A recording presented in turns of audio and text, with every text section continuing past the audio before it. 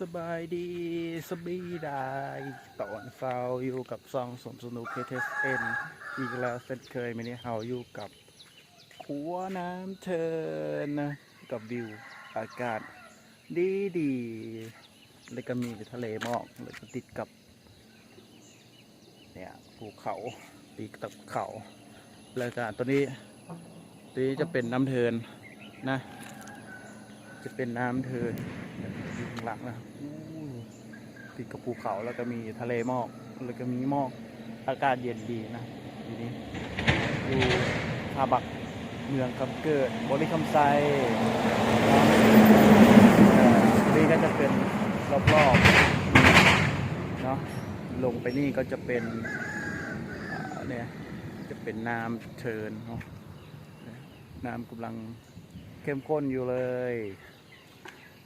นี่กับพระตะเวนกำลังจะขึ้นแล้วเนาะ